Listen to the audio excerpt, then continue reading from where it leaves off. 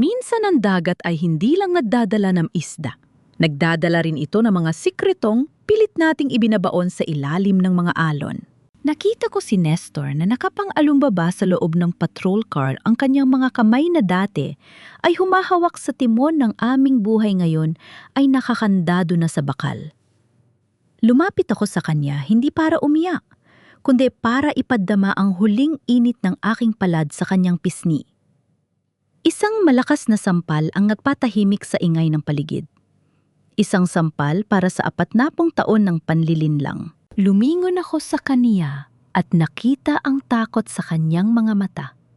Ang takot ng isang lalaking, akala ay habang buhay akong mananatiling bulag sa kanyang mga kasalanan. Imelda, huwag ka nang mag-eskandalo. Rowena needs the money more than you do. Matanda ka na. Ano pa bang gagawin mo sa bangkang yan? Pambili na kabaong mo. Iyon ang huling mga salitang binitawan niya bago ako tuluyang tumalikod. Ang mga salitang parang lason na, unti-unting pumatay sa natitirang pagtitimpi sa puso ko. Bago ang lahat ng ito, bago ang mga posas at ang hiyawan sa pantalan, nagsimula ang lahat sa isang opisina sa Tagbilaran. Isang silid na puno ng amoy, ng lumang papel at malamig na aircon na tila nanunuot sa aking mga buto. Katatapos lang ng bagyong Odette. Ang aming munting barangay sa Bohol ay tila dinaanan ng isang dambuhalang kamay na nagwasak sa aming mga pangarap. Ang Imelda 1, ang aming pinakamalaking bangka, ay nakahandusay sa dalampasigan, basag ang katawan at sira ang makina. Iyon ang aming tanging kabuhayan. Ang tanging paraan para makatapos sa pag-aaral ang mga apo ko. Good morning, Ma'am Imelda. May maipaglilingkod pa kami? Tanong ng isang batang empleyado sa insurance company. Ang pangalan niya ay Miss Santos. Mumiti siya sa akin, pero may bahid ng pagkaawa sa kanya mga mata nang makita ang aking basang tsinelas at ang nanginginig kong mga kamay na may hawak na folder. Mag-file sana ako ng claim para sa bangka namin, anak. Nasira kasi ng bagyo. Kailangan naming maayos agad para makapalaot na ulit si Nestor. Sabi ko, sinusubukang patatagin ng aking boses. Inabot ko ang mga dokumento. Inasahan ko ang isang mabilis na proseso. Inasahan ko ang tulon. Pero habang tinitingnan ni Miss Santos ang computer, ang kanyang ngiti ay dahan-dahang napalitan ng pagkalito at pagkatapos ay ng isang mabigat na katahimikan. Bakit, anak May? Problema ba sa mga papel ko? Kumpleto naman yan. Binayaran namin ang premium buwan-buwan. Sabi ko, ramdam ko na ang unti-unting pagbilis ng tibok ng puso ko. Ma'am Imelda, kasi po, tumingin siya sa paligid tila naghahanap ng tamang salita. Ang policy po para sa Imelda 1 ay na-update noong nakaraang 3 taon. Updated ano? Ibig mo sabihin si Nestor lang at ako ang mayari niyan? Sagot ko pilit na pinatatawa ang sarili. Ma'am, pinalitan po ni Sir Nestor ang pangalan ng primary beneficiary. At hindi lang po yan, nilipat din po ang ownership claim sa isang Rowena Salazar. Siya po ang nakapirma rito bilang authorized person na kukuha ng claim sakaling may aksidente o kalamidad. Para akong binuhusan ng yelo. Hindi ako makahinga. Ang mga salitang Rowena Salazar ay parang mga tinik na bumaon sa aking pandinig. Sino si Rowena? Bakit ang pangalan niya? Ang nasa dokumento ng aking bangka. Ang bangkang pinaghirapan naming ipundar. Ang bangkang ibinenta ko pa ang aking kaisa, isang yas naman na sa aking nanay para lang mabili ang unang makina nito. Sigurado ka ba, anak? Baka nagkakamali ka lang. Baka ibang Nestor Soriano yan. Pakiusap ko. Kahit alam ko, sa loob ko na wala nang ibang Nestor na magtataksil sa akin ng ganito. Hindi po, ma'am. Ito po ang signature ni Sir Nestor. 3 taon na po ang nakalilipas mula nang baguhin niya ang lahat. Sabi niya po rito si Rowena Salazar ay kanyang business partner at dependent. Business partner dependent ng labo ang paningin ko. Ang mga pader ng opisina ay tila umiikot. Napakapit ako sa gilid ng mesa. Ang aking mga daliri ay nabaon sa kahoy. Ang aking mga kuko ay tila gustong kumamot sa katotohanang mas masakit pa sa sugat ng bagyo. 3 taon. 3 taon na akong pinagmumukhang tanga ng sarili kong asawa. 3 taon siyang naglalagi sa tagbilaran kunwari ay nagtitinda ng isda, pero ang totoo ay nagtatayo na pala siya ng bagong buhay kasamang ibang babae gamit ang sariling pawis ko. Eksaktong sa sandaling yon, tumunog ang cellphone ko sa loob ng bag. Si Joy ang panganay naming anak. "Nainay, kumusta sa insurance?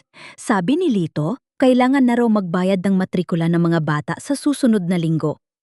Sana makuha na natin yung claim para hindi na tayo manghiram sa 5 ticks." "Nay, nakikinig ka ba?" Hindi ako makasagot. Paano ko sasabihin sa anak ko na ang pera para sa pag-aaral ng mga apo ko ay nakapangalan na sa isang babaeng hindi ko man lang kilala? Paano ko aaminin na ang tatay nila ang Nestor na tinitingala nila bilang haligi ng tahanan ay dahan-dahan ang tinitibag ang aming bahay mula sa loob? "Nay, hello! Bakit ka nananahimik?" "Ayos lang anak," pilit kong sabi. Lunok ang mapait na laway. "May kaunting delay lang sa papel. Tatawag ako mamaya. Huwag niyo muna akong intayin sa hapunan." Ibinaba ko ang telepono. Ang aking buong katawan ay nanginginig, hindi sa lamig ng aircon, kundi sa galit na nagsisimulang mag-alab sa kanyang kailaliman. Isang galit na hindi marahas, kundi isang galit na malamig at matalas. Tiningnan ko ulit si Miss Santos. Maari ko bang makuha ang address ni Rowena Salazar? Kahit ang address lang ng negosyo niya. Nag-alinlangan ang empleyado pero marahil ay nakita niya ang lalim ng sugat sa aking mga mata. Isinulat niya ang isang address sa isang maliit na piraso ng papel. Rowena's Eatery, malapit sa Port of Tagbilaran. Lumabas ako ng opisina. Ang araw ay nagsisimula ng sumilip mula sa mga ulap, pero para sa akin ang dilim ay nagsisimula pa lamang. Ang bawat hakbang ko sa semento ay tila isang sumpa. 3 taon, Nestor. 3 taon mong ninakaw ang kinabukasan natin. Sumakay ako ng jeepney. Sa loob ng sasakyan, nakatingin lang ako sa labas, pinagmamasdan ang mga naglilinis ng kalsada, ang mga pamilyang nagtutulungan para muling itayo ang kanilang mga bubong. Pero ako, ano ang itatayo ko? Ang bubong ng aking buhay. Ay hindi lang nilipad ng hangin. Ito ay sinunog ng taong pinagkakatiwalaan ko. Bakit niya nagawa sa akin ito? May pagkukulang ba ako? Kulang ba ang pag-aalaga ko? Kulang ba ang pagtitiis ko sa kanya tuwing uwi siyang lasing at walang uwi? Ang mga broken internal questions na ito ay tila mga tuksong bumubulong sa aking isipan. Diyos ko, tulungan niyo po ako. Pero kasabay ng dasal ay ang paghihigpit ng hawak ko sa aking bag. Nakarating ako sa pantalan. Doon hindi kalayuan sa mga barkong nagkakarga ng mga kargamento, nakita ko ang isang maliit pero maunlad na kainan. May signboard itong kulay asul, Rowena's Eatery. At dun sa isang sulok, nakita ko ang pamilyar na anino, si Nestor. Nakasuot ng kanyang paboritong polo shirt, iyong binili ko sa kanya noong huling kaarawan niya. Nakaupo siya at may kasamang isang babaeng mas bata sa akin ng 20 taon. Nakangiti siya. Isang ngiting hindi ko na nakita sa kanya sa loob ng mahabang panahon. Hawak niya ang kamay ng babae habang itinuturo ang Imelda 2 na nakadaong sa tapat mismo ng kainan, puno ng mga kahon ng isda na dapat sana ay ibinebenta sa kooperatiba para sa aming pamilya. Ang aking puso ay hindi lang nadurog. Ito ay naging abo. Hindi ako sumugod. Hindi ako sumigaw. Imbes na pumasok, kumuha ako ng isang maliit na notebook sa aking bag at isinulat ang plaka ng sasakyang nakaparada sa harap. Kinuha ko ang aking lumang cellphone at kinuhanan sila ng larawan mula sa malayo. Hindi ako susuko, Nestor. Bulong ko sa sarili ko, ang aking boses ay kasing lamig ng hangin sa dagat. Kinuha mo ang pangalan ko sa papel, pero hindi mo makukuha ang danggal ko. Tumalikod ako at naglakad palayo, pero hindi pa uwi. Pumunta ako sa opisina ng Maritime Cooperative. Kung gusto ni Nestor ng giyera, ibibigay ko sa kanya. Pero hindi ko gagamitin ang kamao ko. Gagamitin ko ang bawat piraso ng papel, bawat selyo at bawat katotohanang akala niya ay kanyang nabaon. Sa paglubog ng araw sa Bohol, isang bagong Imelda ang isinilang. Isang Imelda na hindi na natatakot sa alon. Isang Imelda na handang lumunod sa sinumang sumira sa kanyang tahanan. Ang bawat tawa ni Nestor na naririnig ko mula sa labas ng kainan ay tila isang matalim na aspile na itinutusok sa aking pandinig. Nakatayo ako sa ilalim ng isang puno ng mangga, malayo ng kaunti sa liwanag ng Ruinas Eatery, sapat na para makita ko sila, pero hindi sapat para mapansin agad ang aking presensya. Ang bango ng nilagang baka na lumalabas mula sa kusina ay hindi nakapagpag-utom sa akin. Imbes, tila binaligtad nito ang aking sikmura. Doon sa isang mahabang mesa, nakaupo ang asawa ko, ang aking Nestor. Ang lalaking kasama ko sa hirap at ginhawa sa loob ng 4 na dekada. Hawak niya ang isang baso ng serbesa at sa kabilang kamay hinihimas niya ang likod ni Rowena. Para akong nanonood ng isang pelikulang hindi ko gusto ang ending. Ang Imelda 2, ang aming ikalawang bangka, ay nakadaong malapit sa likurang bahagi ng kainan. Nakikita ko ang ilang mga lalaki na nagbubuhat ng mga banyera ng isdang bagong huli. Mga isdang dapat sana ay dinadala sa palengke ng aming barangay para ipambayad sa utang namin sa kooperatiba. Pero hindi. Ang mga isdang yon ay diretso sa kusina ni Rowena. Sige lang, Yumar. Damar, dahan-dahan sa pagbaba, baka mabali ang mga yelo. Sigaw ni Nestor sa isang binatang nasa loob ng bangka. Yumar. Yon ang pangalan ng anak ni Rowena. Tiningnan ko ang binata. Matagkad siya, masipag, at tila tinitingala si Nestor bilang isang ama. Ang sakit ay hindi lang dahil sa pagtataksil ni Nestor bilang asawa, kundi ang makita siyang gumaganap bilang ama sa ibang anak, habang ang sarili naming mga apo ay naghihintay ng pambili ng gamot at pambayad sa paaralan. Hindi ko na napigilan ang sarili ko. Humakbang ako papalapit. Ang tunog ng aking tsinelas sa graba ay tila isang babala na hindi nila napansin. Pumasok ako sa loob ng kainan. Ang ingay ng mga customer at ang amoy ng usok ng sigarilyo ay tila sumakal sa akin. Tumigil ang mundo nang magtama ang paningin namin ni Nestor. Ang baso sa kanyang kamay ay bahagyang mayanig. Nakita ko ang takot na dumaan sa kanyang mga mata, isang mabilis na kidlat ng pagkagulat bago ito napalitan ng isang mapanuring lamig. Imelda, anong ginagawa mo rito? Tanong niya. Ang boses niya ay walang bahid ng pagsisisi, mas naging matigas pa ito kaysa sa dati. Tumayo si Rowena. Tiningnan niya ako mula ulo hanggang paa. Hindi siya mukhang kabit na natatakot mahuli. Mukha siyang reyna na tinitingnan ng isang pulubi na pumasok sa kanyang palasyo. Ang kanyang suot na gintong kwintas ay kumikinang sa ilalim ng ilaw ng fluorescent, isang kwintas na alam kong hindi niya mabibili sa simpleng pagtitinda ng ulam. Sino siya, Nestor? Tanong ni Rowena, ang boses ay malambing pero may halong pang-uuyam. Asawa ko, maikling sagot ni Nestor. Imelda, umuwi ka na. Huwag kang gumawa ng eksena rito. Nagtatrabaho ako. Nagtatrabaho. Ang tawa ko ay parang isang hikbi na hindi lumabas. Ang tawag mo rito ay trabaho, Nestor. Ang pakainin ng ibang pamilya gamit ang bangkang pangalan ko, ang nakatatak, ang ubusin ng pondo ng insurance na dapat ay para sa pag-aayos ng nasira nating kabuhayan. Lumapit si Nestor sa akin. Hinawakan niya ang braso ko ng mahigpit, masyadong mahigpit. Sabi ko, umuwi ka na. Nakakahiya sa mga tao. Actually, Rowena helped me when I was struggling. Siya ang nagpahiram sa akin ng pera para sa makina ng Imelda 2 nung hindi mo ako mapahiram. Utang na loob ko sa kanya kung bakit tayo nakakasurvive. Napanganga ako sa kanyang kapal ng mukha. Utang na loob ang pag-aalaga ko sa kanya noong may sakit siya ang pagtitiis ko, sa hirap ang pagbebenta ko ng huling manako, lahat ba yon ay walang halaga kumpara sa perang galing sa babaeng ito. Ila! Isang pamilyar na boses ang narinig ko mula sa pinto. Si Lito ang anak naming lalaki. Lumingon ako sa kaniya, umaasang makakita ng kakampi. Pero ang mukha ni Lito ay puno ng hiya at pag-iwas. Ina, tara na. Umuwi na tayo. Sabi ko naman sa inyo, wag na kayong pumunta rito. Nanigas ang buo kong katawan. Alam mo, Lito, alam mo na nandito ang tatay mo.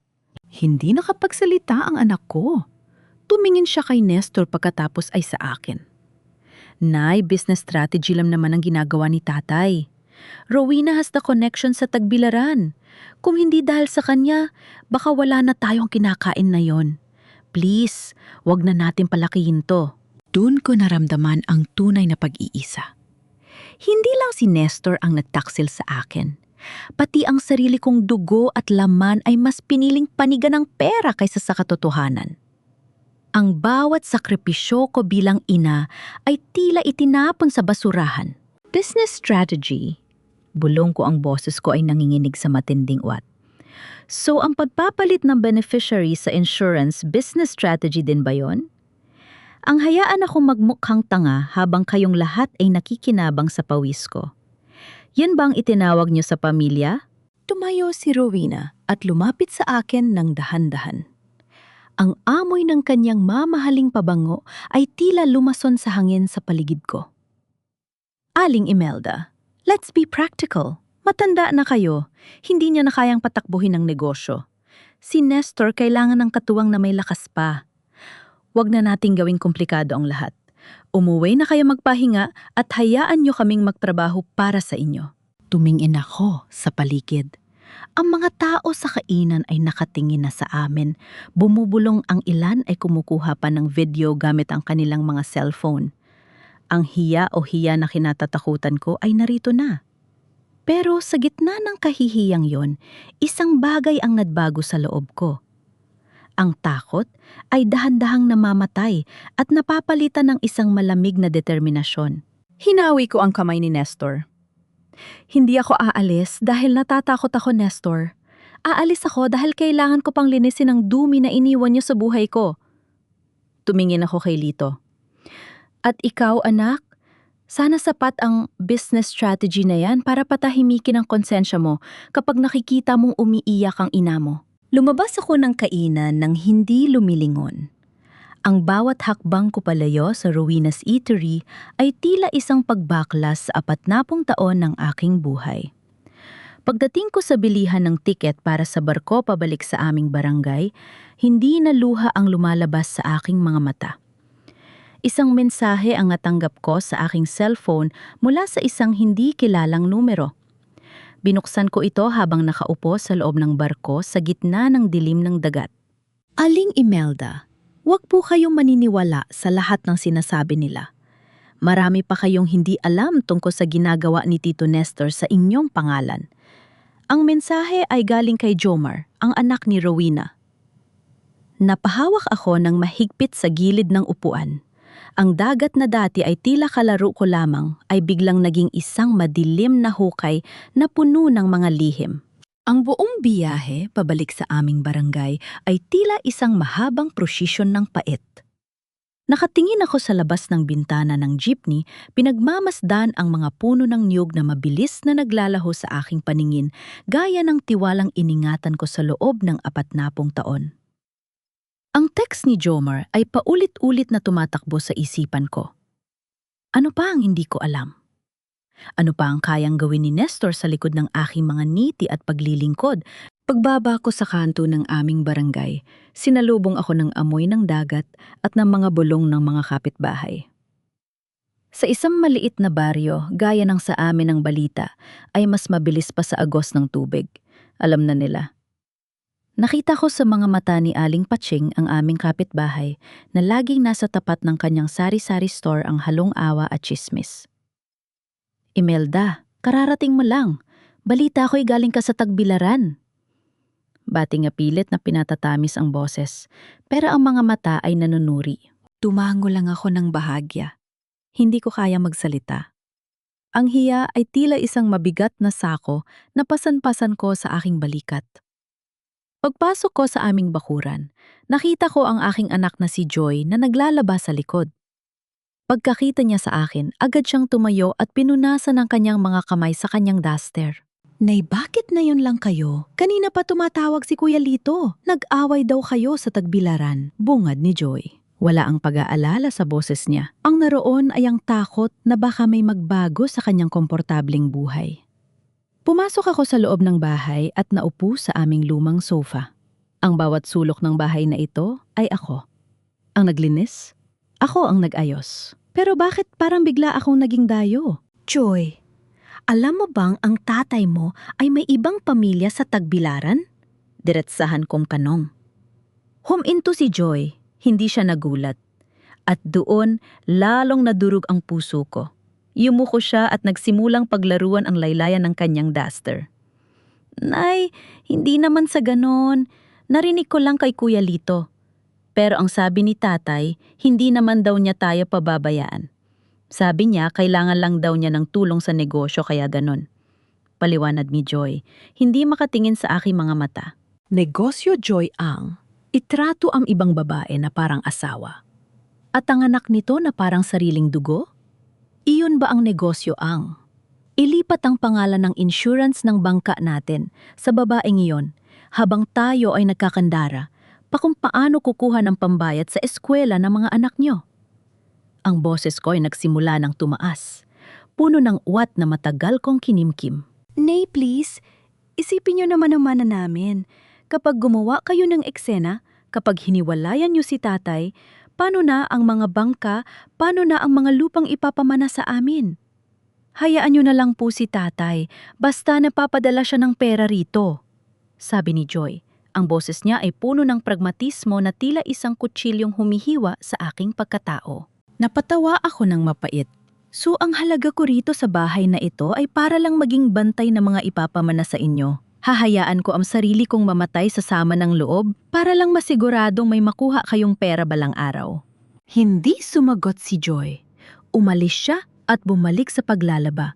Iniwan ako mag-isa sa gitna ng katahimikan ng aming sala.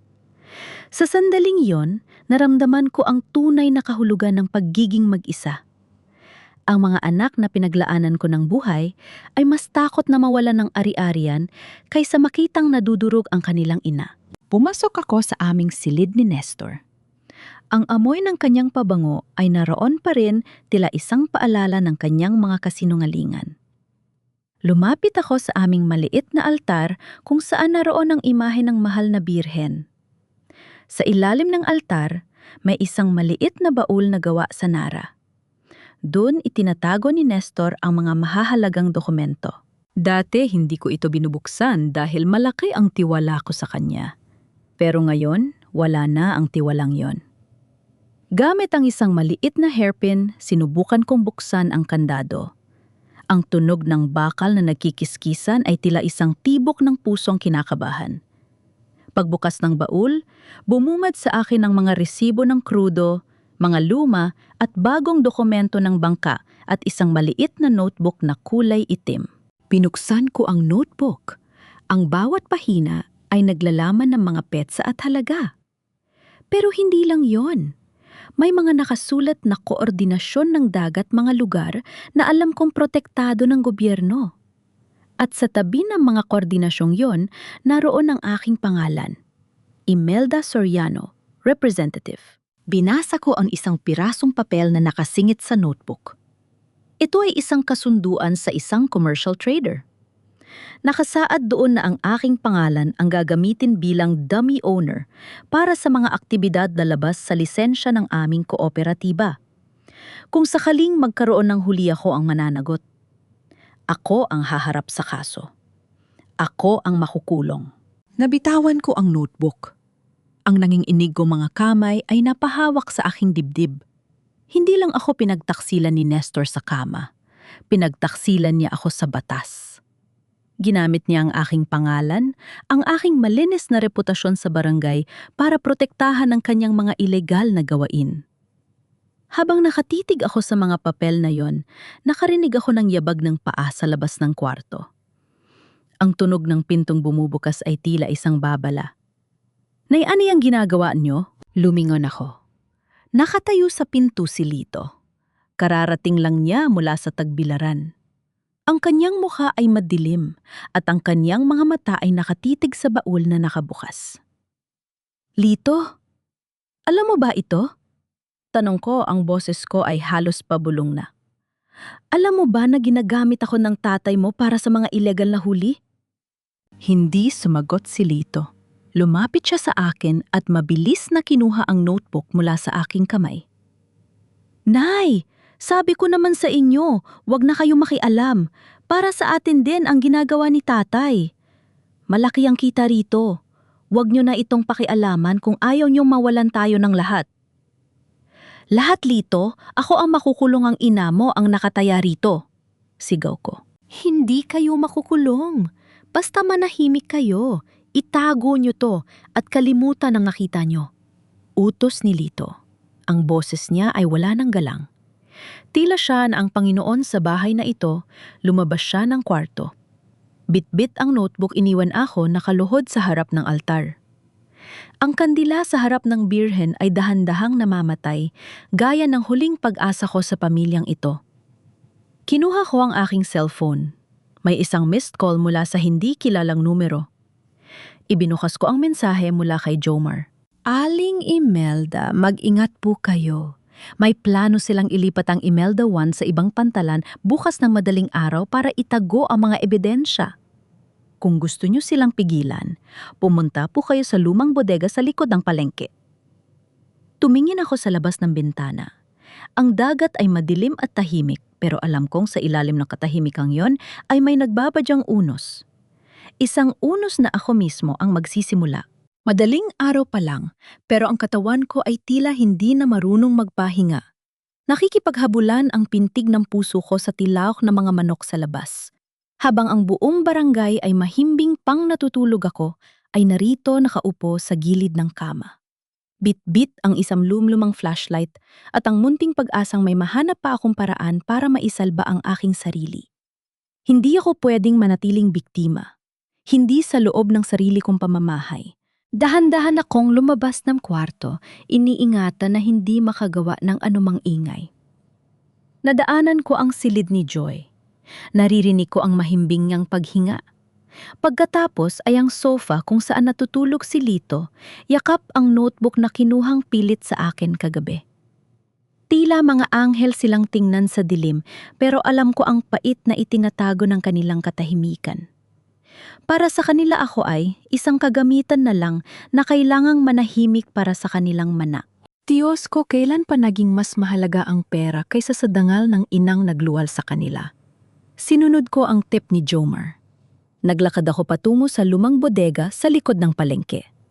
Ang amoy ng nabubulok na isda at lansa ng dagat ay tila mas lalong tumapang sa lamig ng madaling araw. Bawat anino ng puno ng saging ay tila isang taong nagmamasid sa akin. Ngunit ang takot ko ay natalo na ng wat. Sa likod ng bodega, natagpuan ko si Jomar. Nakatayo siya malapit sa isang tumpok na mga lumang lambat balisa at palingon-lingon. Aling Imelda? Bulong niya, ang boses ay puno ng kaba. Akala ko po hindi na kayo darating. Bakit mo ginagawa ito, Jomar, anak ka ni Rowena? Bakit mo tinutulungan ang asawa ng lalaking kinakasama ng nanay mo? Tanong ko diretso sa kanyang mga mata. Yumuko ang binata. Dahil nakikita ko po ang sarili kong nanay sa inyo, bago siya nabulag ng pera ni Tito Nestor. At dahil alam ko po ang totoo, si Tito Nestor hindi lang po kayo ang niloloko niya. Pati si Mama, pinapangakuan niya ng mga bagay na hindi naman sa kanya.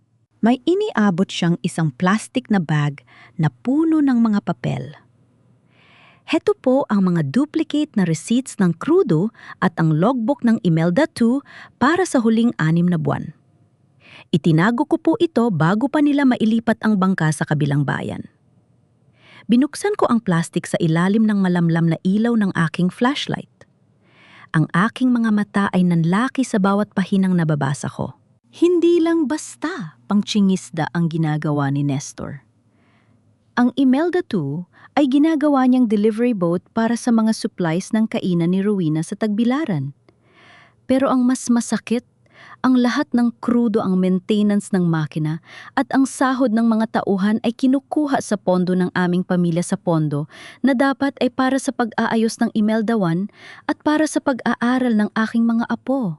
Habang ako ay nagtitiis na hindi bumili ng bagong daster at tinitiis ang sira-sirang tsinelas para lang makatipid si Nestor, ay nagpapakitang gilas kay Rowena gamit ang perang pinaghirapan namin. Mayroon pa po, Aling Imelda. Sabi ni Jomar, ang boses niya ay nanginginig na sa takot. Tingnan niyo po yung huling pahina. May loan application po dyan. Binuksan ko ang huling papel. Isang application para sa isang malaking loan sa bangko. 1,250,000 piso. Gagamitin daw ang mga bangka bilang collateral. At ang nakapirma bilang co-maker, Imelda Soriano. Ang pirma ko ay nandoon, pero alam kong hindi ako ang pumirma niyon. Ginaya niya ang pirma ko. Pinik niya ang aking pahintulot para isugal ang kaisa-isa naming kabuhayan para sa expansion ng negosyo ni Rowena. Nabitawan ko ang logbook sa putikan. Ang aking tuhod ay tila nawalan ng lakas at napasandal ako sa dingding ng bodega. Hayop ka, Nestor. Pati ang huling matitira sa akin balak mong kunin. Aling Imelda, kailangan niyo na pong kumilos, babala ni Jomar. Ililipat nila ang Imelda 1 mamayang alas 5 ng madaling araw. Kapag nawala na ang bangkang yon sa pantalan natin, wala na kayong ebidensya na ginagamit nila yon sa illegal. Tumingin ako sa orasan sa aking bisig. Alas 4 na ng madaling araw. Salamat, Jomar. Bakit mo ito ibinibigay sa akin? Dahil kailangan ko rin po ng tulong nyo balang araw, Aling Imelda. At dahil hindi ko na masikmura ang kasinungalingan sa loob ng bahay namin, tumalikod na si Jomar at naglaho sa dilim.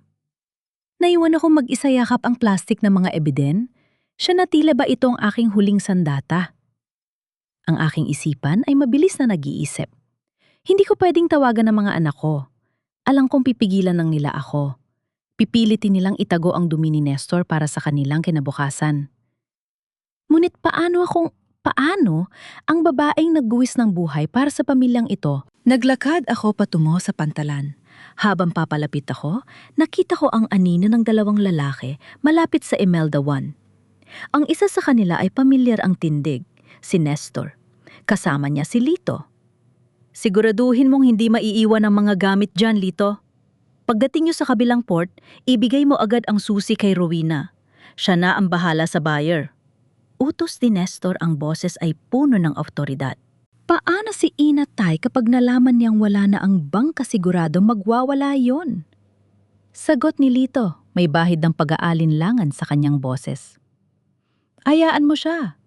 Magagalit lang yon ng ilang araw, pagkatapos ay susunod din sa atin. Basta makuha natin ang pera sa loan, bibilhan ko siya ng bagong TV para manahimik. Actually, she's too old to understand business anyway. Ang bawat salita ni Nestor ay parang latigo na humahampas sa aking likod. Hindi na ako nakapagpigil. Lumabas ako mula sa pinagtataguan kong mga kahon. Ang flashlight ko ay itinutok ko diretso sa mukha ni Nestor. Anong business, Nestor? Ang pagnanakaw sa sarili mong asawa. Nanigas ang mag-ama. Ang mukha ni Nestor ay naging kasing puti ng papel habang si Lito ay mabilis na nag-iwas ng tingin. Imelda, bakit ka nandito? Nauutal na tanong ni Nestor. Nandito ako para bawiin ang sa akin. Sabi ko, ang boses ko ay buo at walang panging inig.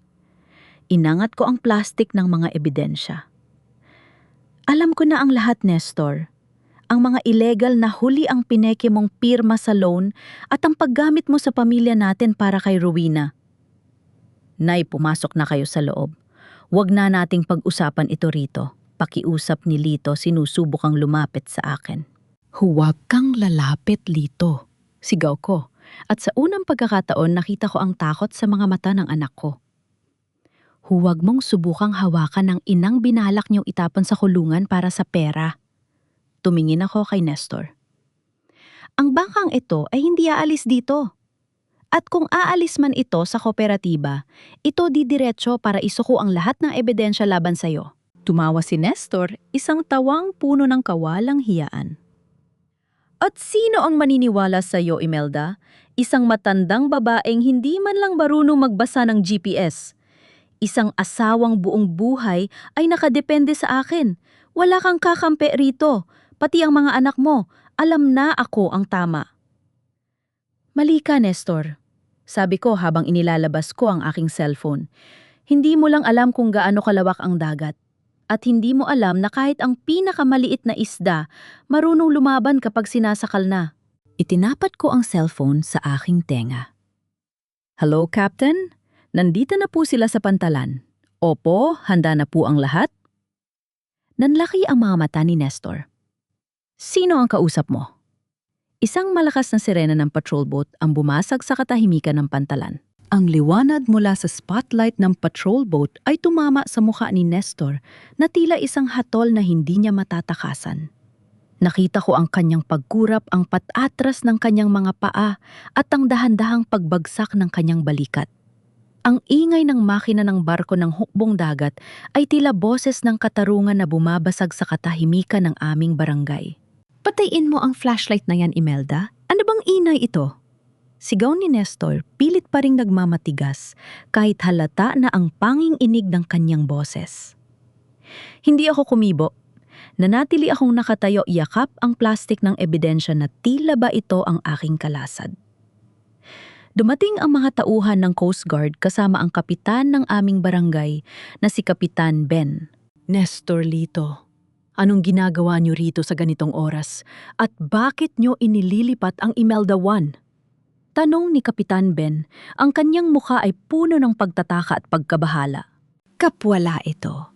Inililipat lang namin sa kabilang port para sa maintenance. Alam mo naman ang Baguio, kailangang masiguro ang seguridad ng bangka. Mabilis na sagot ni Nestor, ang kanyang macho na aura ay pilit niyang ibinabalik. Actually, my wife here is just overreacting. Matanda na kasi kung ano-ano ang iniisip. Tumingin sa akin si Kapitan Ben. Aling Imelda, totoo ba ito? Huminga ako ng malalim. Tumingin ako kay Lito na ngayon ay nakatungo, hindi makatingin sa akin o sa mga opisyal. Naramdaman ko ang kirot sa aking puso, ang huling piraso ng pag-ibig ko para sa pamilyang ito ay tila unti-unti ring nilalamon ng dilim. Hindi po totoo yan, Kapitan. Sabi ko, ang boses ko ay malinaw at matatag. Inabot ko ang plastik kay Kapitan Ben. Heto po ang mga logbook at resibo. Ginagamit ni Nestor ang bangka sa illegal na pangingisda sa protected area.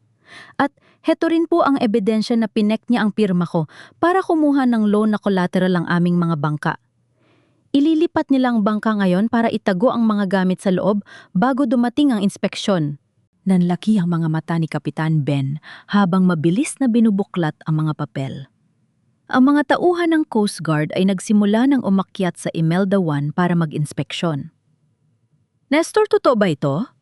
Galit na tanong ni Kapitan Ben. Kasalanan mo ito, Imelda. Sinisira mo ang pamilya natin para sa wala. Biglang sigaw ni Nestor.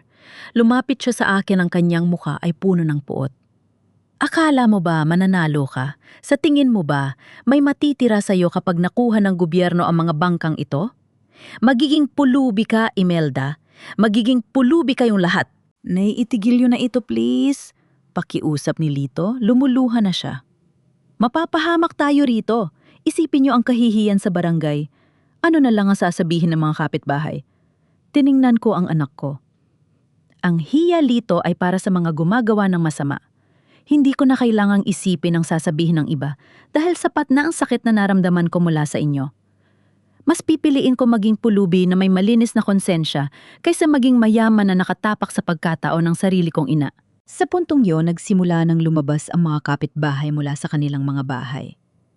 Ang balita ng kaguluhan sa pantalan ay mabilis na kumalat. Nakita ko si Aling Pacing na nakatakip ang kamay sa bibig at ang iba pang mga mangingisda na dati ay tinitingala si Nestor bilang leader nila. Ang hiya na kinatatakutan ni Lito ay nareto na, pero hindi para sa akin kundi para sa kanyang ama. Kapitan May, nakita kaming mga kompresor at mga gamit na ipinagbabawa sa pangingisda sa loob ng bodega ng bangka. Sigaw ng isang Coast Guard mula sa itaas ng Imelda 1. Napahilamos si Nestor sa kanyang muka. Alam niyang tapos na ang laro, pero sa halip na humingi ng tawad, tumingin siya sa akin ng may nalilisik na mga mata. Hindi pa tayo tapos, Imelda. Akala mo ba matalino ka si Rowena? Hindi kanya tatigilan. Hindi mo alam kung sino ang kinalaban mo. Si Rowena? Tanong ko may halong pang-uuyam. Ang babaeng nagtitiwala sa isang lalaking kayang itapon ng sariling asawa. Mag-ingat siya, Nestor. Dahil kung nagawa mo ito sa akin, mas kaya mo itong gawin sa kanya. Ipinusasa ng Coast Guard si Nestor. Si Lito naman ay pinatawag din para sa interogasyon. Habang dinadala sila palayo ang aking mga binti ay tila naging jelly. Napaupo ako sa isang tumpok ng lambat. Ang lamig ng madaling araw ay pumasok sa aking mga buto. Mag-isa na ako. Ang mga anak ko ay lumayo. Ang asawa ko ay nasa kamay ng batas. Ngunit sa gitna ng pag-iisang yon, naramdaman ko ang isang kakaibang gaan sa aking dibdib. Ang bigat ng 40 taon ng pagtitiis ay tila nawala. Biglang nag-vibrate ang cellphone ko. Isang text mula kay Joy. Nainalaman ko ang nangyari. Bakit niyo ginawa yan kay tatay? Wala na tayong makukuha sa loan. Paano na ang mga bata? Kasalanan niyo ito kapag nag-utom ang mga apo niyo. Huwag na po kayong tatawag sa akin. Nabitawan ko ang cellphone sa buhanginan. Ang luha na kanina ko pa pinipigilan ay dahan-dahang pumatak. Hindi dahil sa pagsisisi, kundi dahil sa sakit na ang sarili mong anak ay mas mahal ang pera kaysa sa iyong kaligtasan. Tumayo ako at pinunasan ang aking mga mata. Tumingin ako sa dagat. Ang araw ay nagsisimula ng sumikat, nagbibigay ng kulay ginto sa mga alon. Diyos ko, bahala na po kayo sa akin. Bulong ko. Naglakad ako pabalik sa aming bahay, pero bago ako makarating, isang motorsiklo ang huminto sa harap ko. Si Jomar. Aling Imelda, kailangan niyo pong umalis dito muna. Sabi ni Jomar, bakas ang matinding takot sa kanyang mukha. Nalaman na ni Rowena ang ginawa niyo. Papunta na siya rito kasama ang mga tauhan ng commercial trader na kadil ni Tito Nestor. Hindi sila titigil hanggat hindi nila nakukuha ang mga papel na hawak niyo. Nanlaki ang mga mata ko. Ang laban na akala ko ay tapos na, ay nagsisimula pa lang pala. Ang bawat segundo ay tila isang patak ng asidong tumutunog sa aking pandinig. Ang kaba sa aking dibdib ay hindi na lamang dahil sa galit, kundi dahil sa tunay na panganib. Tiningnan ko si Jomar, ang kanyang mukha ay pawisan at ang mga mata ay malaki sa takot. Saan ako pupunta, Jomar? Wala na akong matatakbuhan sa sarili kong bayan? Bulong ko, ang boses ko ay bahagyang nanginginig. Sa simbahan po, Aling Imelda, kay Sister Teresita. Doon hindi sila basta-basta makakapasok. Mabilis na sagot ni Jomar. Bilis na po, naririnig ko na ang mga sasakyan nila sa dulo ng kalsada. Pumasok ako sa loob ng bahay sa huling pagkakataon. Kinuha ko ang aking maliit na bag, ang mga dokumentong nakabalot sa plastik, at ang isang luma naming litrato ni Nestor nung bago pa kami ikasal. Tiningnan ko ang litratong yon, ang 2 taong puno ng pangarap, walang alam sa pait na dadalhin ng dagat at ng pera. Sa isang saglit, naramdaman ko ang the internal crumbling. Ang lahat ng lakas na ipinakita ko sa pantalan ay tila gumuho. Napasandal ako sa dingding at napahagulgol ng walang boses. Diyos ko, bakit umabot sa ganito? Bakit ang bahay na binuo ko ng pag-ibig ay naging isang kulungan ng Aling Imelda, tara na! Sigaw ni Jomar mula sa labas. Pinunasan ko ang aking mga luha gamit ang dulo ng aking duster. Wala na ang Imelda na biktima. Sumakay ako sa likod na motorsiklo ni Jomar, mahigpit na yakap ang bag ng ebidensya. Habang mabilis kaming bumabagtas sa madilim na kalsada ng barangay, nakasalubong namin ang 2 itim na pickup truck. Ramdam ko ang talim ng tingin ng mga taong nasa loob niyon kahit hindi ko sila nakikita. Nakarating kami sa kumbento ng simbahan. Sinalubong kami ni Sister Teresita, isang matandang madre na matagal ko ng kaibigan. Imelda, anong nangyayari? Bakit ganyan ang itsura mo? Sister, pakiusap. Itago niyo po muna ako. May mga tao nagtatangkang kumuha ng mga ebidensyang hawak ko. Pakiusap ko. Pinapasok kami ni Sister Teresita sa isang maliit na silid sa likod ng kumbento. Doon sa ilalim ng malamlam na ilaw ng isang kandila, naupo ako at sinubukang pakalmahin ang aking sarili. Iniabot sa akin ni Jomar ang isang basong tubig. Aling Imelda, Kailangan niyo pong malaman ng totoo. Panimula ni Jomar ang boses niya ay mababa at seryoso. Si Mama, hindi lang po siya mistress ni Tito Nestor. Siya ang front ng isang malaking commercial trading syndicate sa Tagbilaran. Ang loan na kinuha ni Tito Nestor gamit ang pangalan niyo, hindi lang yon para sa kainan. Gagamitin yon para pambayad sa mga illegal na kagamitan para sa malawakang pangingisda sa mga protected areas sa Bohol at Cebu. Pero bakit kailangan pangalan ko? Tanong ko. Dahil malinis ang pangalan nyo sa kooperatiba Aling Imelda. At dahil kapag pumutok ang anomalya, ang syndicate ay madaling makapagtatago habang kayo ang maiiwang nakaharap sa kaso. Si Tito Nestor, pinangakuan siya ng porsyento sa bawat huli. Pero ang hindi niya alam, gagamitin din siyang fall guy kapag nagkagipitan. Nanlamig ang buo kong katawan. Hindi lang pala pamilya ang nakataya rito, kundi ang kalikasan at ang batas. At si Nestor, sa sobrang silaw sa pera at kay Rowena, ay naging bulag sa katotohanang ibinibenta na niya ang kanyang sariling kaluluwa at ang sa akin. Biglang tumunog ang telepono sa kumbento. Sinagot ito ni Sister Teresita. Pagkalipas ng ilang sandali, bumalik siya sa amin, ang mukha ay puno ng pag-aalala. Imelda, si Joy. Tumawag siya sa parokya. Hinahanap ka niya. Sabi niya nandyan daw si Rowena sa bahay niyo. Hine-hostage daw nila ang mga bata. Ang mga apo mo. Halos mabitawan ko ang baso ng tubig. Ano ang mga apo ko?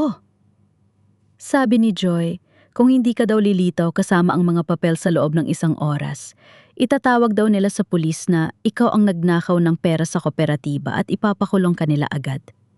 Dugtong ni Sister Teresita. Napahawak ako sa aking ulo. Ito na ang sinasabi ko. Gagamitin nila ang mga anak ko laban sa akin. At ang mas masakit, si Joy, ang sarili kong anak, ay tila kasabwat na rin sa pananakot na ito dahil sa takot na mawala ng pera. Huwag kayong pupunta, Aling Imelda. Trap yan, babala ni Jomar. Hindi nila sasaktan ng mga bata. Pananakot lang yan ni Mama. Pero ang mga apo ko, Jomar, paano? Kung totoo ang boses ko, ay puno ng desperasyon. Tumayo ako. Hindi ko kayang manatili nagtatago habang ang mga mahal ko sa buhay ay ginagamit na pain. Tiningnan ko ang mga papel sa bag. Ito ang aking alas, pero ito rin ang aking kamatayan. Sister, tumawag po kayo sa abogado ng kooperatiba. Jomar, ihatid mo ako sa bahay. Utos ko. Aling Imelda, mapapakamatay kayo. Sigaw ni Jomar. Hindi, Jomar. Tatapusin ko na ang laro nilang ito. Kung gusto nila ng giyera, ibibigay ko sa kanila ang huling bala ko. Pagdating namin sa harap ng aming bahay, nakita ko ang kaguluhan. Naroon ang mga itim na sasakyan. Naroon ang mga kapitbahay na nanonood mula sa malayo. At sa veranda, nakita ko si Rowena nakatayo ng may karangyaan, habang si Joy ay umiiyak sa tabi niya, hawak ang aming bunsong apo. Nandito na ako, Rowena, sigaw ko habang bumababa sa motorsiklo. Lumingon si Rowena, isang mapait ng ngiti ang sumilay sa kanyang mga labi. Mabuti naman at natahahan ka, Aling Imelda. Ibigay mo sa akin ang bag at matatapos na ang gabing ito nang walang nasasaktan. Itinaas ko ang bag. Gusto mo ito, halika at kunin mo sa akin? Naglakad ako papalapit, pero bago pa man ako makarating sa veranda, isang pamilyar na boses ang narinig ko mula sa loob ng bahay. Isang boses na puno ng galit at pagsisisi. Ibigay mo na sa kanya, Imelda. Huwag mo nang pahirapan ang lahat. Si Nestor. Nakataka siya o pinalaya siya. Lumabas si Nestor mula sa pinto. Hindi na nakaposas, pero ang mukha niya ay puno ng mga pasa. Sa likod niya, isang lalaking nakabarong ang nakatayo, ang commercial trader. Nestor! Bulong ko. Actually, Imelda, you were right. Sabi ni Nestor, ang boses ay basag. But it's too late. Ibigay mo na ang papel. Kung hindi, hindi lang ako ang mawawala. Pati ang mga anak natin madadamay. Sa sandaling iyon, napansin ko ang isang bagay sa kamay ni Rowena. Isag lighter. At sa ilalim ng veranda, may mga banyera ng krudo na nakabukas. Ibigay mo ang bag o susunigan ko ang bahay na ito kasama ang lahat ng alaala mo, sigaw ni Rowena.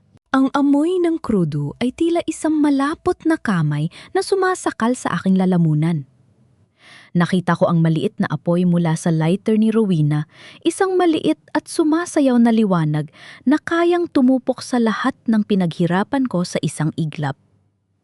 Sa likod niya si Joy ay nakaluhod yakap ang aking mga apo na umiiyak na sa takot.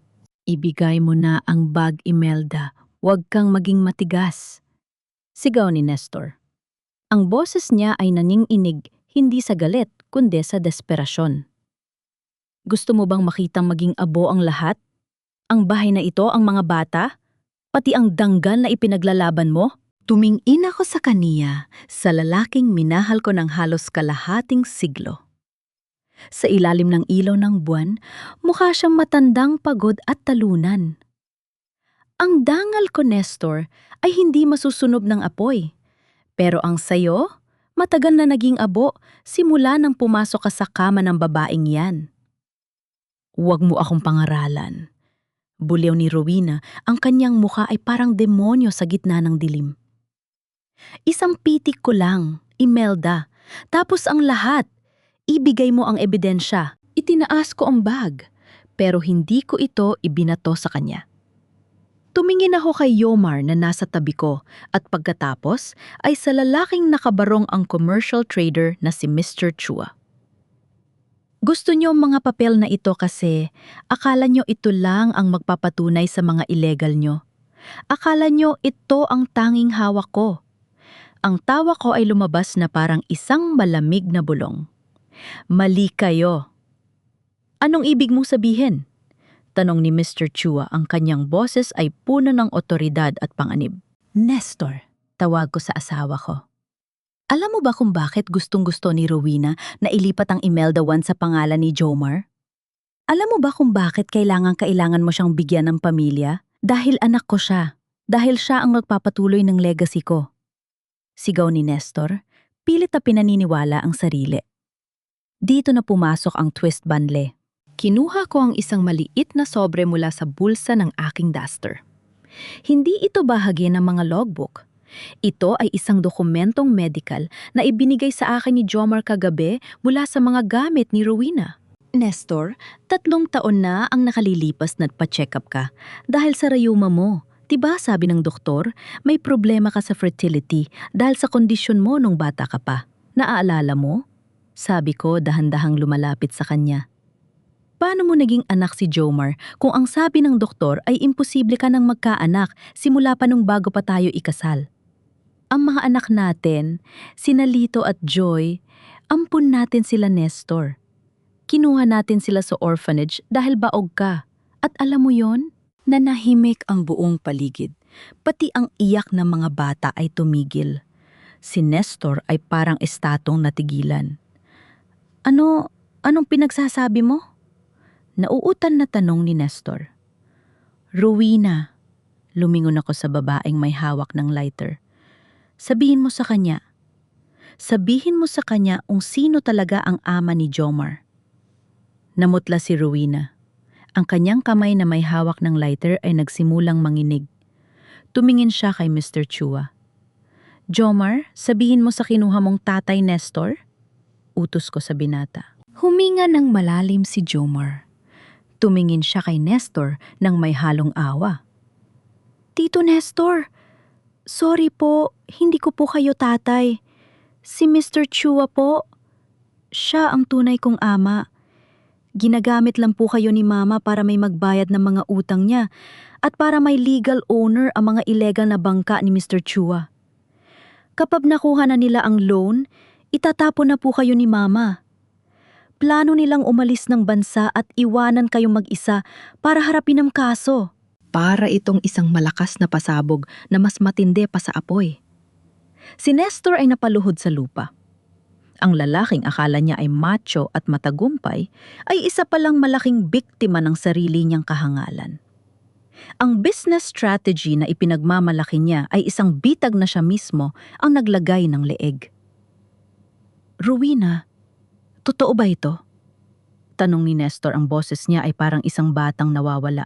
Hindi sumagot si Rowena, pero ang kanyang galit na tingin kay Jomar ay sapat na sagot. Walang hiya kang bata, kapinagkanulo mo ang sarili mong ina? Hindi kita pinagkanulo, ma. Iniligtas ko lang ang sarili ko sa pagiging kriminal gaya nyo, sigaw ni Jomar. Biglang kumilos si Mr. Chua. Binunot niya ang isang baril mula sa kanyang barong. Enough of this drama! Ibigay mo ang bag, Imelda, o papatayin ko kayong lahat dito. Sa sandaling yun, ang takot ni Nestor ay naglaho at napalitan ng isang matinding wat. Tumingin siya sa akin pagkatapos ay kay Joy at sa mga apo namin. Nakita ko sa kanyang mga mata ang huling sulyak ng lalaking pinakasalan ko, 40 taon na ang nakalilipas. Imelda, takbo! Sigaw ni Nestor. Tumalon si Nestor patungo kay Mr. Chua, sinubukang agawin ang baril. Sa kaguluhan, nabitawan ni Rowena ang lighter malapit sa banyera ng krudo. Blag, isang malakas na putok ng baril ang umalingaw-ngaw, kasabay ng biglang paglamon ng apoy sa veranda ng aming bahay. Nay, tatay! Sigaw ni Joy. Ang apoy ay mabilis na kumalat tila isang gutom na hayop. Nakita ko si Nestor na nakikipagbuno kay Mr. Chua sa gitna ng usok. Ang bag na hawak ko ay nasagi at tumalsik malapit sa apoy. Ang mga bata! Joy! Ilabas mo ang mga bata! Sigaw ko habang sinusubukang lumapit kay Nestor. Pero bago ko pa man sila, marating isang malakas na pagsabog mula sa tangke ng gasol sa kusina ang nagpayanig sa buong lupa. Ang pandinig ko ay tila nawala sa gitna ng isang nakabibinging ugong. Ang mundo ko ay dahan-dahang tumagilid at ang huling nakita ko bago lumabo ang lahat ay ang mga piraso ng aming bubong na tumatalsik sa hangin gaya ng mga tuyong dahon. Naramdaman ko ang init, isang malupit at nanunuot na init na tila gustong litsunin ang aking balat. Ang amoy ng sunog na kahoy, plastik at krudo ay hungalo sa makapal at itim na usok na pumasok sa aking baga. Inanay, gumising kayo! Ang tinig ni Joy. Naramdaman ko ang kanyang mga kamay na pilit akong hinihila. Iminulat ko ang aking mga mata at nakita ang isang impyerno. Ang aming veranda ay wala na. Ang hagdanan ay nilalamon na ng apoy. Ang mga bata? Joy, ang mga bata! Ang boses ko ay gasgas at halos pabulong na lang dahil sa usok. Nakalabas na sila, Nay, si Jomar. Kinuha sila Tara. Nanay, guguho na ang bahay. Iyak ni Joy. Ang kanyang mukha ay puno ng uling at luha. Ang kanyang takot sa pera ay napalitan na ng takot na mawala ng ina. Sinubukan kong tumayo, pero ang paningin ko ay bumalik kay Nestor. Sa gitna ng naglalagablab na sala, nakita ko siya. Nakadapa siya sa sahig, may dugo sa kanyang balikat mula sa tama ng baril, pero ang kanyang mga kamay ay mahigpit na nakakapit sa binti ni Mr. Chua. Hindi ka makakaalis! Hindi mo sila sasaktan! Ungol ni Nestor. Ang kanyang boses ay puno ng pagdurusa pero may kakaibang tatad. Doon ko nakita ang Huaynhak Nyan Tinghua humanization moment ni Nestor. Tumingin siya sa akin sa gitna ng usok. Sa sandaling iyon, hindi siya ang taksil na asawa. Hindi siya ang lalaking nabulag ni Rowena. Siya ang lalaking nakasama ko sa loob ng 40 taon, ang lalaking humawak sa kamay ko noong nakuha namin ang aming mga anak sa orphanage. Ang lalaking nangakong protektahan ako sa abot ng kanyang makaya. Nakita ko ang pagsisisi sa kanyang mga mata, isang pagsisising mas masakit pa kaysa sa tama ng bala o hapdi ng apoy. Imelda? Lumabas ka na? Isalba mo ang pamilya natin, sabi niya, at isang mapait na ngiti ang sumilay sa kanyang mga labi. Alam niya na ang pamilyang sinasabi niya ay hindi ang pangarap niya kay Rowena, kundi ang pamilyang binuo namin sa gitna ng kahirapan. Nestor, bitawan mo siya, halika na. Sigaw ko, pilit na kumakawala kay Joy para balikan siya. Wala nang oras, Aling Imelda. Sigaw ni Jomar na biglang sumulpot mula sa labas para tulungan si Joy na hilahin ako. Sasabog na ang tangke sa kabilang panig. Nakita ko si Rowena na nagkukumahog na kunin ang bag ng ebidensya na malapit sa apoy. Sa kanyang kasakiman, hindi niya napansin na ang isang poste ng bahay ay gumuho na patungo sa kanya. Isang malakas na lagutok ng kahoy ang narinig ko bago siya natabunan ng mga nagbabagang debre. Isang huling tili ang narinig ko mula sa kanya bago siya lamunin ng usok. "Nestor?" Ang huling sigaw ko bago ako tuluyang nahila ni na Jomar at Joy palabas ng bakod. Paglabas namin, isang malakas na yan. Nigmuli ang naganap. Ang buong istruktura ng aming bahay ay bumagsak. Ang mga alaala ng 40 taon, ang mga litrato, ang mga gamit na pinag-ipunan, ang aming matrimonial bed, lahat ay naging isang malaking tumpok ng nagniningas na uling. Napaluhod ako sa buhang-inan. Ang lamig ng hangin sa dagat ay tila isang sampal sa aking mainit na balat. Nakita ko ang aking mga apo na umiiyak sa tabi ni Aling Pasing at ng iba pang mga kapitbahay. Ligtas sila. Lumingon ako sa nasusunog na bahay.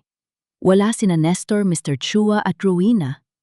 Ang katahimikan pagkatapos ng pagsabog ay mas nakabibingi kaysa sa ingay ng apoy. "Nay!" Lumapit si Lito sa akin. Nakatakas siya mula sa Coast Guard nang marinig ang pagsabog. Nakatingin siya sa bahay, ang kanyang mukha ay puno ng pagsisisi. Wala nang lahat." "Hindi, Lito," sabi ko, ang boses ko ay matigas at puno ng pait.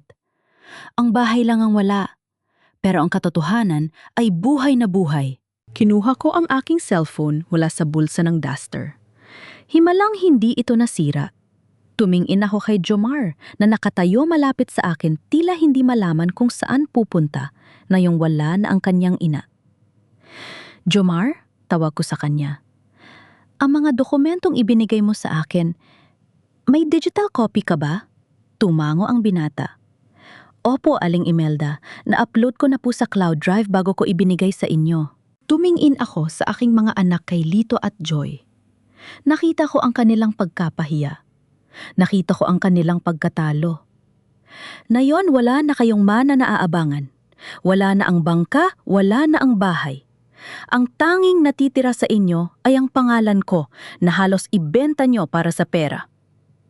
"Nay, patawad po," hikbi ni Joy. "Nabulag lang kami sa takot." "Ang takot ay hindi dahilan para itapon ang inyong ina sa kulungan," sabi ko. Tumalikod ako sa kanila at humarap sa dagat. Ang araw ay unti-unti nang sumisikat sa kabilang ibayo ng Bohol. Ang kulay rosas at kahel na langit ay tila isang pangako na ang gabi ay tapos na. Isang sasakyan ng pulis at bumbero ang paparating ang kanilang mga sirena ay umaalingaw-ngaw sa buong barangay. Alam ko na ang susunod na kabanata ay hindi magiging madali. Haharapin ko ang mga investigasyon, ang mga utang sa bangko na iniwan ni Nestor at ang pagbuo muli ng aking buhay mula sa abo. Pero sa unang pagkakataon, sa loob ng maraming taon, nararamdaman ko ang tunay na laya. Ang dagat ay nandoon pa rin, malawak malalim at handang tumanggap ng kahit anong bagong simula. "Diyos ko po, salamat sa buhay," bulong ko. Ang bawat hakbang ko sa ibabaw ng mga abo ay tila paglakad sa sarili kong libingan. Ang amoy ng sunog na kahoy ay nanunuot pa rin sa aking duster, isang paalala na ang lahat ng pinaghirapan ko sa loob ng 40 taon ay naging usok na lamang sa loob ng isang gabi. Sumisikat na ang araw sa Bohol. Ang dagat ay kalmado. Tila walang alam sa impyernong naganap sa dalampasigan kagabi. Nakita ko ang Imelda 2 sa malayo na kadaong pa rin sa pantalan, ang tanging asset na natitira sa akin. Ngunit alam kong kahit yon ay nangganganib ng makuha ng bangko. "Nay, uminom muna kayo ng kape," abot ni Joy sa akin. Nakaupo kami sa ilalim ng puno ng talisay malapit sa guho ng aming bahay. Ang kanyang mga mata ay namumula hindi lang dahil sa usok, kundi dahil sa matinding kahihiyan. Tiningnan ko ang kape pagkatapos ay tumingin ako sa kanya. Nasaan ang mga anak mo? Nasa bahay po ni Aling Pasing. Pinatulog muna sila. Sagot niya sa bayu ko. Nay, si Kuya Lito nasa munisipyo. Kinakausap ang mga pulis tungkol kay tatay. At ano ang sabi? Ang boses ko ay walang emosyon kasing tigas na mga batong nasa dalampasigan. Wala na po si Rowena at si Mr. Chuanay. Hindi raw nakalabas sa veranda. Pero si tatay? Huminto si Joy. Ang kanyang boses ay nanginginig. Nakaligtas po si tatay. Pero sabi ng doktor, dahil sa tama ng baril at sa pagsabog, baka hindi na raw siya makalakad. Paralisado na ang kalahati ng katawan niya. Napahawak ako sa aking dibdib. Isang bahagi ng puso ko ang gustong umiyak para sa lalaking minahal ko. Pero ang mas malaking bahagi ay tila naging bato na. Ang parusang ito para kay Nestor ay tila mas masakit pa sa kamatayan ang manatiling buhay. Ngunit, hindi na makakagalaw ang isang macho na mang-i. Isda na ngayon ay aasa na sa tulong ng iba. Karma, bulong ko. Ang dagat ang nagbigay sa kanya ng lakas at ang apoy ang kumuha nito. Biglang dumating ang isang itim na sasakyan. Isang lalaking nakabarong ang bumaba isang representative mula sa bangko. Kasunod niya ang abogado ng kooperatiba. Aling Imelda Soriano? Tanong ng lalaki mula sa bangko. Narito po kami para sa foreclosure ng mga collateral. Ayon sa aming record, ang loan na kinuha ni Mr. Nestor Soriano ay overdue na at dahil sa nangyari sa bahay, kailangan naming i-assess ang mga natitirang assets kasama na ang Imelda 2. Nay, sigaw ni Lito, nakadarating lang. Huwag silang papayag, paano na tayo, paano ang kabuhayan natin? Tumayo ako ng dahan-dahan. Tiningnan ko si Lito ang anak na handa akong itapon sa kulungan para sa pera. Kayo ngayon ay nag-aalala kayo sa atub noon ibinebenta ng tatay niyo ang pangalan ko. Nasaan ang pag-aalala niyo? Hinarap ko ang representative ng bangko. Sir, alam ko may utang si Nestor, pero narito ang mga ebiden. Siya na ang loan na iyon ay bunga ng fraud at falsification of documents. Pinik niya ang pirma ko.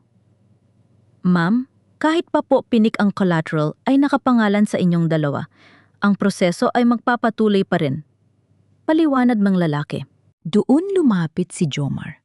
Bitbit niya ang isang laptop at ang mga backup files na kanyang itinago. Mayroon po kaming record dito na ang perang nakuha sa loan ay hindi napunta sa pag-aayos ng bangka, kundi sa isang illegal na account na kontrolado ni Mr. Chua. Isang criminal syndicate activity ito. Kung kukunin niyo ang bangka, magiging bahagi kayo ng pagtatago ng ebidensya sa kaso ng syndicate. Nagpalitan ng tingin ang abogado at ang representative ng bangko. Nagkaroon ng bulungan. Sa huli, humarap ang abogado sa akin.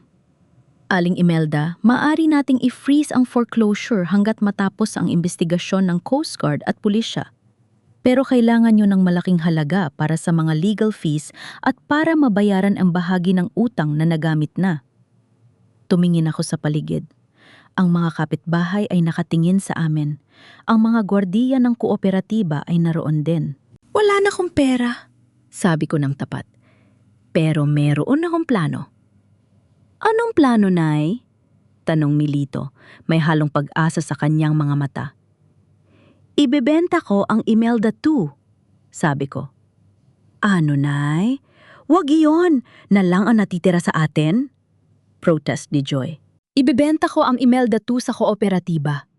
Pagpapatuloy ko, hindi pinapansin ang kanilang reklamo. At ang perang makukuha ko ay ibabayad ko sa utang sa bangko para malinis ang pangalan ko. Ang matitira gagamitin ko para bumili ng mga kagamitan sa pagpapatuyo ng isda. Magtitinda kayo ng tuyo, Nay? Mula sa pagiging may-ari ng 2 bangka, magiging tendera na lang kayo ng tuyo sa palengke. Pang-uuyam ni Lito. Tinitigan ko si Lito hanggang sa umiwas siya ng tingin. Ang tuyo, Lito, ay hindi nabubulok, gaya ng dangal ko. Mas pipiliin ko magbilad ng isda sa ilalim ng araw kaysa mabuhay sa ilalim ng anino ng kasinungalingan ng tatay nyo. At kayo? Kung gusto nyo ng pera, magtrabaho kayo. Wala na kayong mana na aasahan sa akin. Tumalikod ako sa kanila at lumapit kay Yomar. Yomar, salamat. Kahit na anak ka ng babaeng sumira sa buhay ko, ikaw ang nagligtas sa akin. Gusto mo bang magtrabaho para sa akin? Kailangan ko ng marunong sa computer para sa accounting ng itatayo kong negosyo. Napangiti si Yomar, isang tunay na ngiti.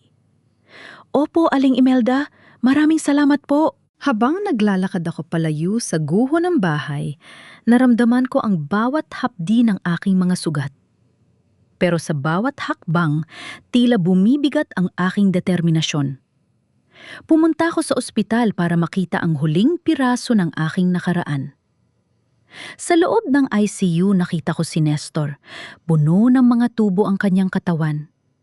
Ang kanyang mga mata ay nakadilat tumingin sa akin. Wala siyang masabi. Isang luha ang pumatak mula sa kanyang mata nang makita ako. Hindi ko siya hinawakan. Hindi ko siya pinatawad. Pero hindi ko rin siya sinumpa. Nestor, tawag ko sa kanya. Ang boses ko ay kasing lamig ng tubig alat. Nakaligtas ako. At ang mga bata nalaman na nilang totoo na hindi sila sayo. Na buong buhay mo pinalaki mo sila sa kasinungalingan. Nakita ko ang panginginig ng kanyang labi. Gusto niya magsalita pero walang tunog na lumalabas. Hahayaan kitang mabuhay, Nestor. Hahayaan kitang makita kung paano ko itatayo ang buhay ko nang wala ka. Iyon ang magiging habambuhay mong parusa. Lumabas ako ng kwarto nang hindi lumilingon. Ang sikat ng araw sa labas ng ospital ay napakaliwanag. Ito na ang simula ng aking huling laban. Ang laban para sa sarili kong pangalan. 6 na buwan na ang nakalilipas simula ng lamunin ng apoy ang lahat ng aking nakaraan. Nayon ang amoy na gumigising sa akin tuwing umaga ay hindi na ang amoy ng usok, kundi ang malat na samyo ng dagat at ang maalat na bango na mga isdang nakatambad sa ilalim ng gintong sikat ng araw. Narito ako sa dalampasigan nakatayo sa gitna ng aking bagong munting kaharian, ang Imelda's Choice Dried Fish. Wala na ang malalaking bangka, wala na ang ingay ng makina, pero sa bawat bilaw ng danggit at pusit na inaayos ng mga kasamahan kong balo sa barangay, nararamdaman ko ang isang uri ng yaman na hindi kayang manakaw ng kahit sinong Nestor o Rowena. Aling Imelda, handa na po ang unang batch para sa delivery sa Tagbilaran, ulat ni Jomar sa akin. Ang binata ay mukhang mas malusog ngayon, wala na ang takot sa kanyang mga mata. Siya ang tumutulong sa akin sa pag-aayos ng mga order gamit ang kanyang laptop sa ilalim ng maliit na shed na ipinatayo ko. Salamat, Jomar. Siguraduhin mong maayos ang pagkakasil para hindi mawala ang kaledad natin. Sagot ko habang pinupunasan ng pawis sa aking noo.